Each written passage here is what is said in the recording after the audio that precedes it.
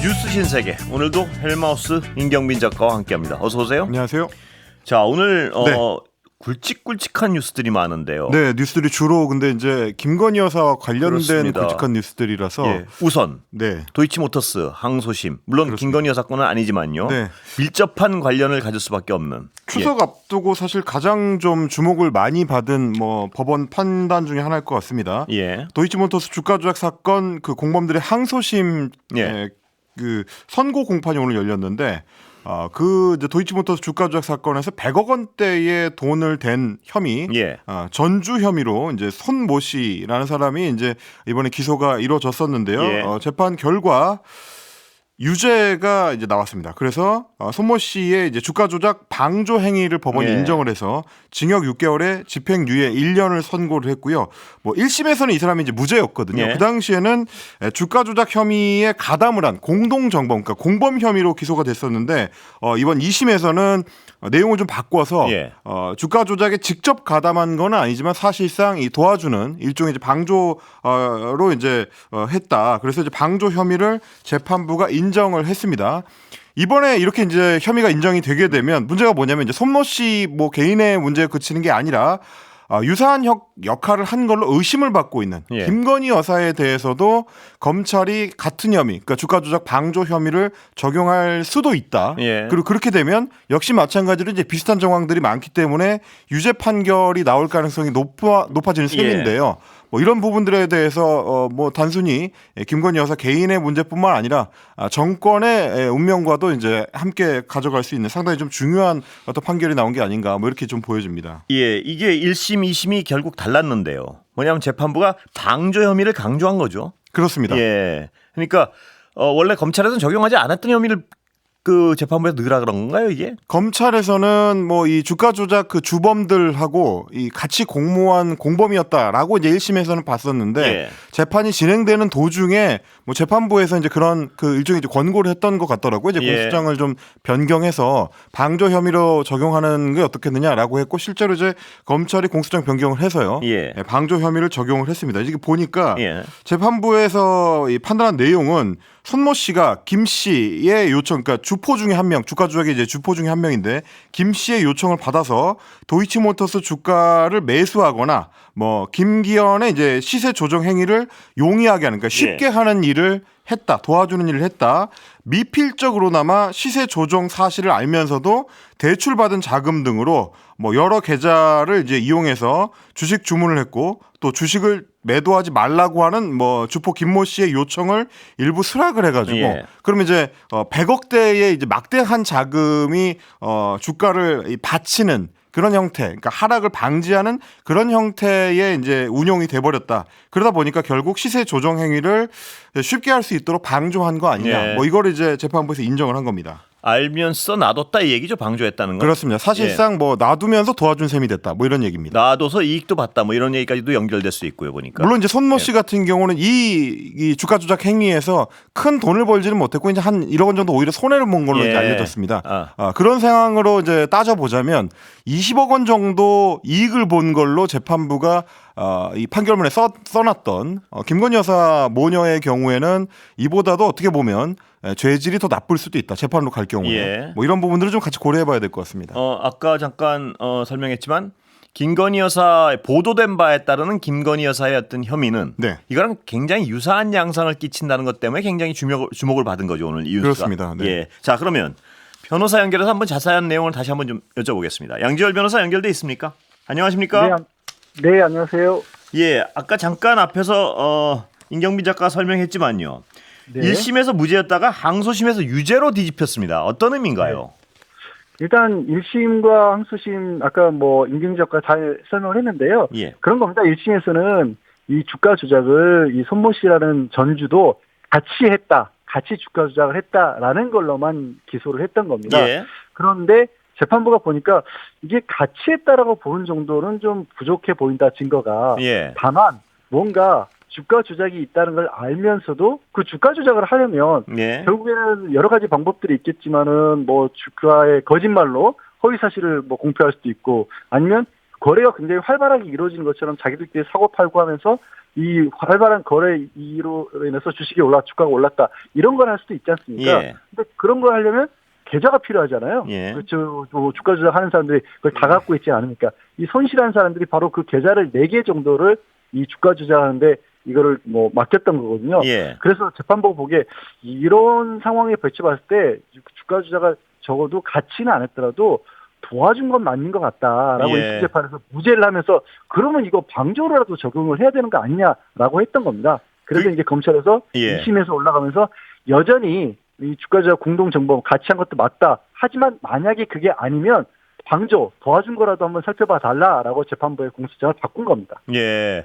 그러니까 재판부가 나서서 이 방조 혐의를 포함시켰다 이렇게만 보면 되는 건가요? 과정에서 재판 과정에서? 뭐 포함시키도록 했다, 예. 동의했다라는 거죠. 아 예.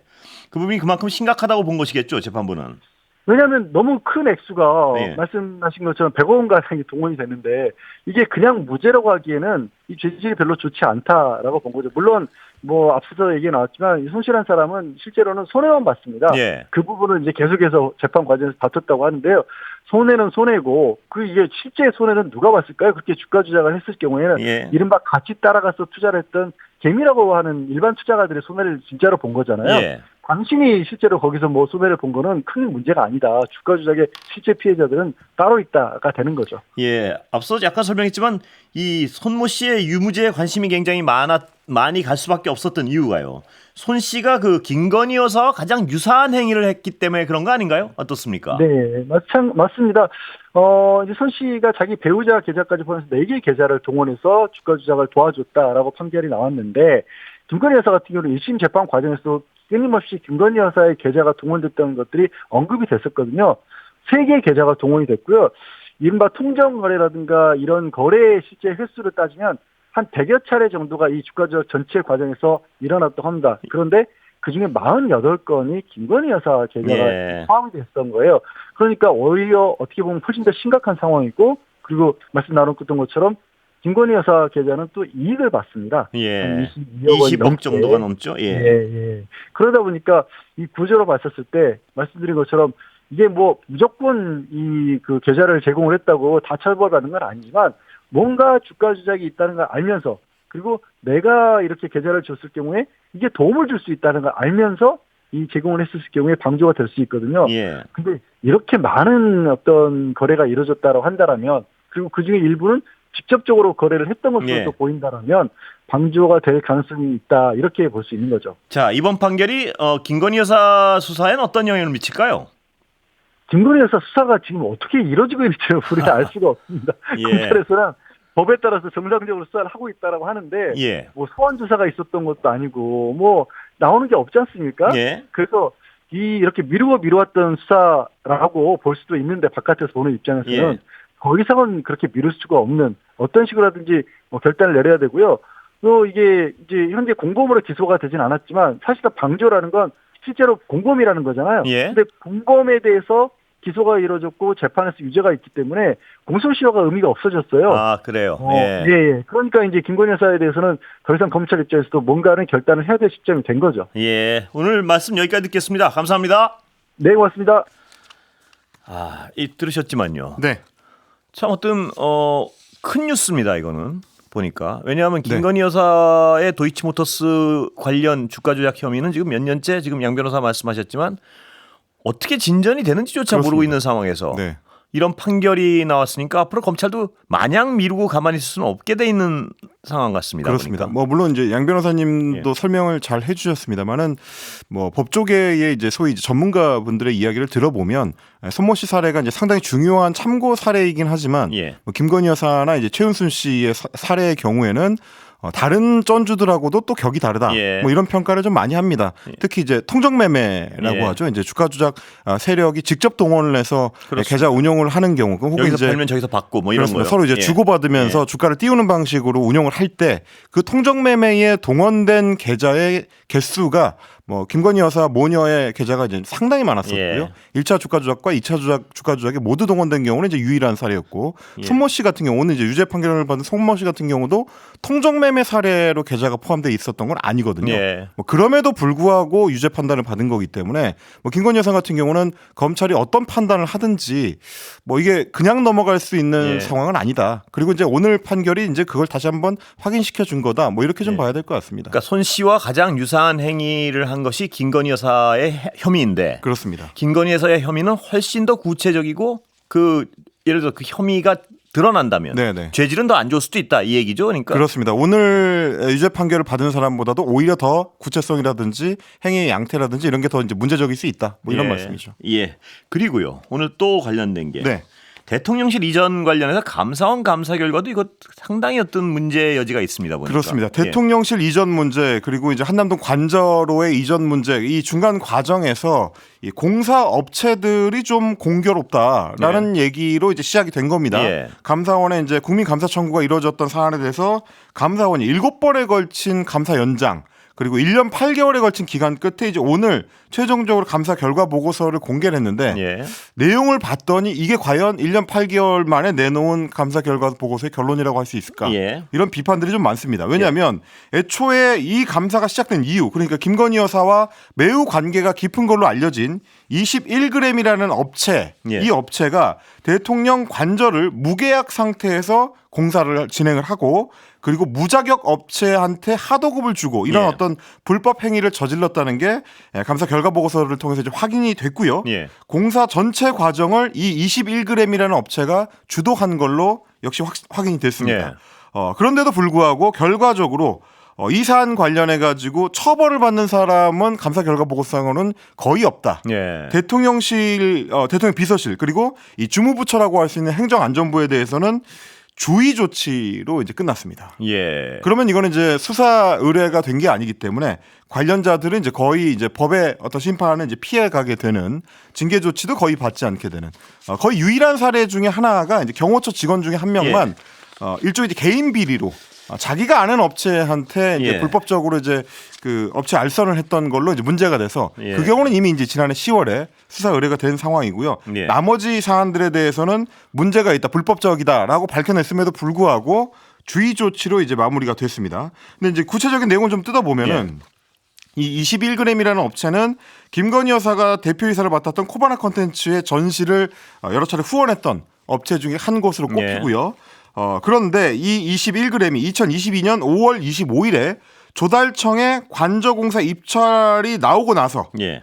공고 나고 3시간 만에 초고속으로 수의 계약을 맺었습니다. 네. 수의 계약이라는 거 아시다시피 이제 따로 이제 다른 업체들하고 경쟁을 통해서 계약을 맺은 게 아니고 딱 이 업체를 찍어서 예. 계약을 맺은 건데 3시간 만에 계약이 이루어졌다라는 게 좀 특이할 만한 점이고요.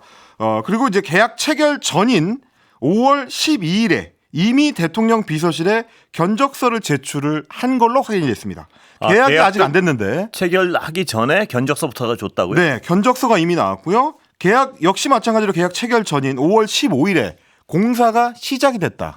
이게 이번에 이제 감사원에서 확인을 한 내용입니다. 그러니까 계약은 별 어떤 의미를 못 가진 거였네요. 그러니까. 그렇습니다. 이미 업체가 결정이 돼 있었고 계약은 나중에 사후에 그냥 형식적으로 맺었다. 이런 맺었다. 의심이 충분히 가능한 그렇게 이제 볼 수 상황이군요. 있는 상황인 겁니다. 예. 그러면 과연 왜 이런 식으로 이상한 계약이 이루어지고 이상한 공사가 진행된 거냐? 누가 시킨 거냐? 예. 이게 사실 핵심이지 않습니까? 핵심이죠. 근데 이제 감사 보고서를 보니까 김호진 당시 대통령실 관리비서관 이분 같은 경우는 이제 국토교통부에서 오래 공직을 했었던 예. 인물이고요.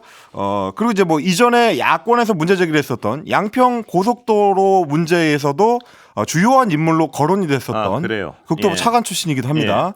김호진 관리비서관이 이제 증언하기로 21g을 추천한 분들이 예. 현 정부와 밀접한 분들이어서 그분들에 대한 신뢰를 바탕으로 업체의 보안 유지 가능성을 판단했다.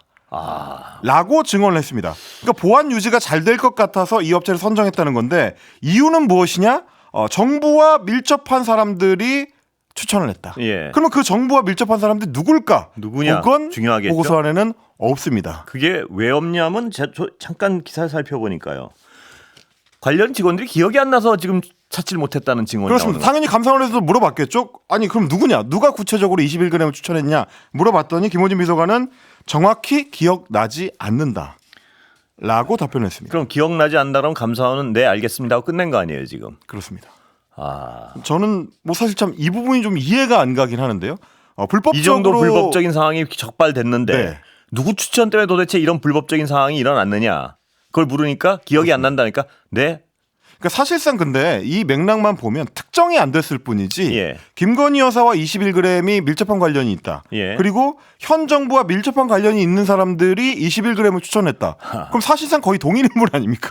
예. 제가 봤을 때는 그렇게 보여지는데 예. 감사원에서는 그런 그림이 잘 안 보였던 모양입니다. 예. 어쨌든 21g이 제출한 안 견적서를 보였던 건지 보니까 눈을 감은 건지 잘 모르겠는데요. 감긴 건지 감은 건지 예, 그렇습니다. 뭐 이런 부분이 있는 것 같고요.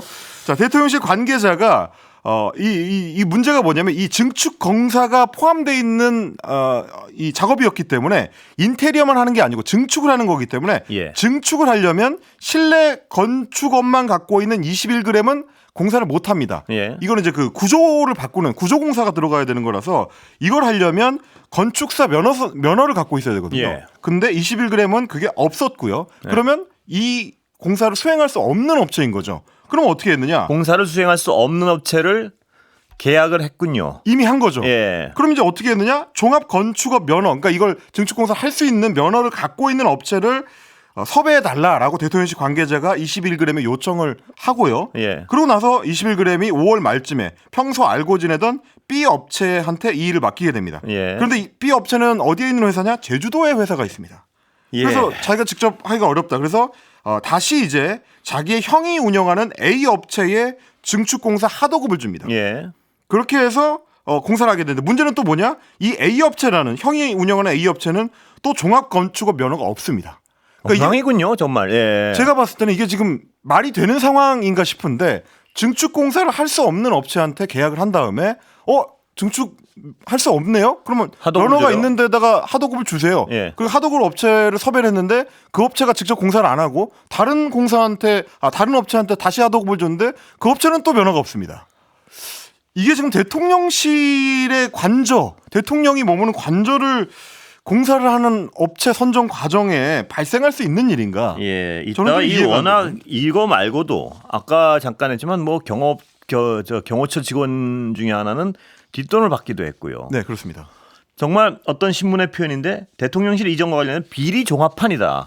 이 정도의 어떤 제목이 나오던데요. 어떤 신문에서는 그렇습니다. 비리 종합판. 근데 이 자세히 하나하나 따져보면 이 비리 종합판이란 말이 적절한데 보면 이런 결과인데 감사원의 어떤 조치는 대단히 약해요. 또 사실 심각한 불법이 저지러진 거고요. 예. 감사원이 불법을 확인했지 않습니까? 예. 이게 그러니까 편법이거나 뭔가 예. 누락이 있었거나 이런 거가 있어도 감사원에서는 징계 요구를 하거나 이런 경우들이 종종 있는데 예. 이건 불법을 발견했는데 그거에 대해서도 주의 처분을 했습니다. 대통령 비서실장과 행안부 장관이 책임자지 않습니까? 예. 두 사람 다 주의 처분을 받았습니다. 감사 보고서에 뭐라고 되어 있느냐? 예.